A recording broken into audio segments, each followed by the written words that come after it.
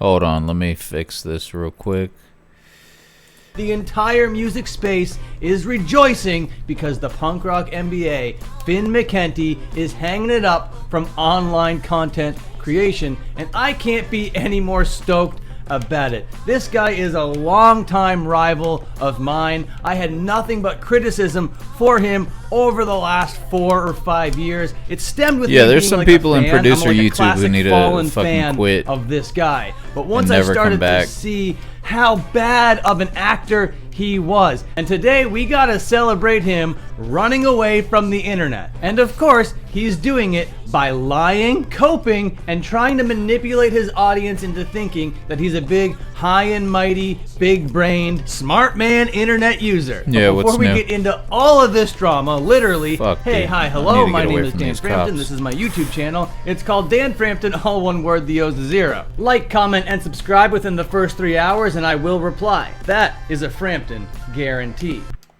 When it was the right time for my wife and I to launch our small business, we chose Skid. to create our LLC and business license. You, dude. But our boy Finn McKenty jumped onto the Josiah Lee podcast, Whoa. and he revealed everything. I'm not gonna sit here and go through the entire 42-minute episode with you, but the 50-second promo that he put up to promote the episode is all we're really gonna need to get all the context before going forward. But if for whatever reason you don't know who Finn McKenty and the Punk Rock MBA are, I'll explain it really quick. He's a middle-aged man that makes videos about rock and roll. The first couple years, people liked it. He ended up falling off. The entire internet turned against him. It was clear he was all about money and views and didn't care about music, didn't care about the people artist. knew that? The culture really did take I didn't a know that back people knew burner that. to this guy. And it was clear his passion was dwindling and dwindling over time. His channel, the Punk Rock MBA, would just become a lifeless, soulless cash grab over time. He called himself the Punk Rock MBA because he wanted to dissect how bands got big, why they got big, what elements they took from the past, how they incorporated their own creativity to get massive. That was the entire premise. They were going to break down the punk rock from a business perspective. And all of that Okay. sounds very novel, so much so that I was a subscriber. But that ethos quickly dwindled, and he hit that grift running hard around 2020-2021 era. I've been in a long time feud, a long time beef with this guy. There's lore, there's drama, there's history there. I'm not going to get into it all, but it is wonderful to see that I've outlasted him on the platform. So why is Yeah, I Finn bet that does McKenty feel good. leaving YouTube? I don't have Congrats. any plans to do anything on YouTube. Finn is one of the OGs at music content creation, and he's gained millions of views on his Punk Rock MBA channel and his second solo channel. So why did he suddenly stop? I don't really have any interest in music. I was just She's a doing it for the bitch. money, and I hit my financial goals. Our time on this earth is limited. Like, don't spend it doing you don't have to do if you don't want to, you know? Holy shit, dude, that is crazy to hear him say that. I don't like music, I got the bag, and now it's time for me to run away. And that would all be fine if he didn't spend the last 5 years trying to convince his entire audience that he did care, that he was doing it for more than just the bag. And then his face up here is just so smug. Hey, I got my money, you don't live forever, so I'm just gonna bounce on out of here. But it's in Yeah, the comment section where cocksucker, you dude. really start to see the people turning on Finn McKenty. He did it all for right, the money, we're- but not let's enough cool money for down. a decent camera. I used to like Finn, but after that interview, I don't. The fact he did it for the money is insane. Yeah, it is insane. If you're gonna do it for the money, talk about stuff on the internet that's gonna generate a lot of money, like gaming or drama. Talking about Yeah. niche rock and roll, punk rock stuff isn't the stuff to do if you're in it for the money. Brainless. Lost absolutely all respect for him. And bear in mind, all of these comments are just coming off of this 30-second promo teaser. The actual episode, 42 minutes long, tells the more deep, nuanced story. Well, it's not really nuanced. Everybody hates this guy. Seeing how he built an entire channel around topics he quite Yeah, I was literally about to doesn't say, how care about nuanced could it be? devalues everything he's ever made in my eyes, and it's very disheartening. It makes him untrustworthy as a personality or a content creator of any kind. Makes me feel like I wasted my time being invested in his content. You see that, Finn McKenty? You're leaving people, real, genuine fans of yours, feeling disheartened, disillusioned, and like they wasted their time. Koa Abyss, if you're watching my channel, I welcome you into my comment section. I'm never gonna make you feel like that because I am I'ma take this genuinely dude's passionate about music, about DIY, about punk rock, hardcore, emo, you name it. I love this stuff. Mindwaves TV comes in and says, the interview was funny because you can see the interviewer realize how lame Finn is in real time. B-Tats Band comes in and basically says, it doesn't bother me that he did it for all the music. Try to use it. Views I've given for 42 minutes about how little he cared about all of this, how he did it all for the money, about his marketing strategies, Yeah, there's a few about how guys he's helping people grow. There's a few guys in producer YouTube who, like, I'm counting down the days until something like this happens with them. And remember, this guy charges $1,000 per Zoom call because he is that much of an authority, that much of an educator in the content creation space. I'll tell you right now, he's not. What happened with Finn, and the real reason why I think that he's running away from the internet, and my theory is backed up by a lot of these comments over here, is that Finn really couldn't handle the backlash, the hate, the criticism, and everything that came along with being an internet content creator. Oh, and there was also this drama he had to deal with every single day. He got tired of being called out for his relationship with his wife when she was pre-18. And really, it's not the best written sentence of all time, but essentially Finn McKenty had to address grooming allegations every single time that he fired up the internet. Because his wife had a channel as well, where she was basically an anti-woke, DEI, dog whistle kind of content creator, and her channel is completely wiped right now. But people did some digging, and the timelines of when she said she met Finn and when Finn said that he met his wife all line up to him being over 30 and her being under 18. I do not have any of those facts or any of that evidence. That is just the speculation that goes on the internet, and stuff that Finn McKenty had to face every single day, and stuff that he never addressed, by the way. If it was untrue, he really should have addressed it and it would have been over. If he could have just proved it was wrong, then he wouldn't have had to address these grooming allegations day in Should have and did day it like out. Jay-Z. It could have been a lot less stressful for him on the internet if he could have debunked those rumors. Just saying. And to kind of piggyback off of that, Nikki HC comes in and says, Finn only quit YouTube because he couldn't handle the online hate.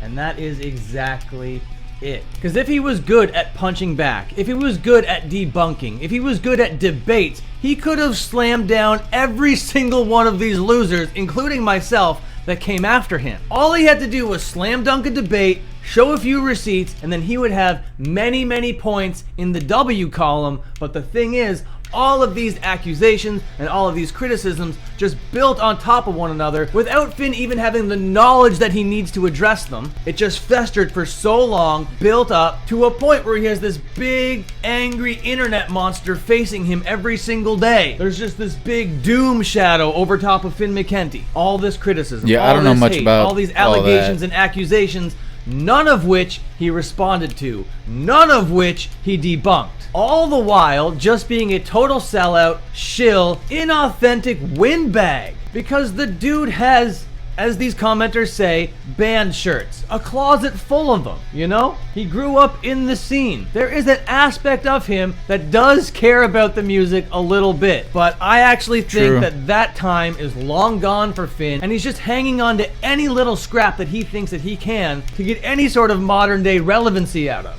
Because SKB Music comes in and says, I think the thing is, you can tell by his older videos, he did care a lot. Him saying he never cared is crazy, because when you watch his old videos, you can tell he was more passionate about the stuff he was talking about back then. And that's because he had an interesting angle back then. He wasn't just doing Wikipedia reads. He was analyzing a band's rise to success and breaking it down as to why he thought it happened, providing numbers, data, facts, analysis to back up all of his claims and the story. He stopped doing that after about 1.5 years, after he realized how much work it was and how much easier it was just to be like, I'm gonna tell the story about Sugar Ray. I just wanna fly. So dwindling passion for music, I think, definitely is a part of it. He's not a creative person, so forcing himself to create must have been an absolute nightmare lifestyle for him to live. I wish that he was just honest with his audience. I wish he could just say, I'm not that creative, I don't like creating, I hate the hate that I get, I'm getting hate for stuff that I hate doing, none of this makes sense, so I really should find something that I'm passionate about and go do that in my life. But now, he's still trying to take this high and mighty, nah, I got my bag, now I'm gonna bounce out of this thing, which is a total cope, a total lie. There is a 100% chance that Finn wishes that he didn't get criticism, hate, and accusations online. Talk about the allegations!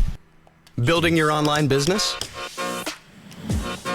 Go to Wix.com and set up your store on a... So I have no earthly idea why he didn't come on and address the rumors, allegations, hate, and criticism. Because my God, if he could have snuffed us out 3 or 4 years ago, this man would be thriving right now. Instead, everybody is rejoicing. Finn McKenty is gone. You're free now. Finn McKenty quit YouTube. Rip, bozo. Bomb Rush Hyperpop says, Finn McKenty quitting YouTube is the best news all year. Prog Pro comes in and says, throwing a party because Finn McKenty quit YouTube. Who's bringing the punk rock? Come over to my channel right now. I got the goods for you. Gotcha, Finn McKenty bitch. quit YouTube. Yay! Finn All right, McKenty we're about to quitting take YouTube this is the dude's best Porsche. news. Always a good day to hear that Finn McKenty quit YouTube. Bye-bye, Finn McKenty. You suck. You are a piece of shit. Finn McKenty quitting YouTube has made my week. There isn't a lot of positive sentiment All right, about yeah. Finn McKenty leaving YouTube. Who gives a fuck? Fuck that dude. There's a lot of people like that, in my opinion, and producer. Oh, bet we got his fucking car. We got a Porsche, boys. Fucking did it. There's a lot of people like that in the producer space who are like offering courses. Maybe they offer like a club for instrumentals, like an instrumental club or something like that. I think there's something like that out there. You know, there's people who have like really bad tutorials about like just bullshit, you know what I mean? And some tutorials that might be a little bit useful. Like, in my opinion, the kind of tutorials that are like actually useful are things that are I mean, to me, like just super specific stuff, like not stuff that's like, oh, how to make a Gunna Lil Baby type beat. Like, I don't think that kind of stuff is very very good for creativity and for people who are trying to learn to make beats. Maybe it's good to give to people as like a blueprint, but I honestly think like producers can learn more about making beats from just like listening to music. You know what I mean? Like, I don't think people have to see FL Studio tutorial breakdowns about that. And yeah,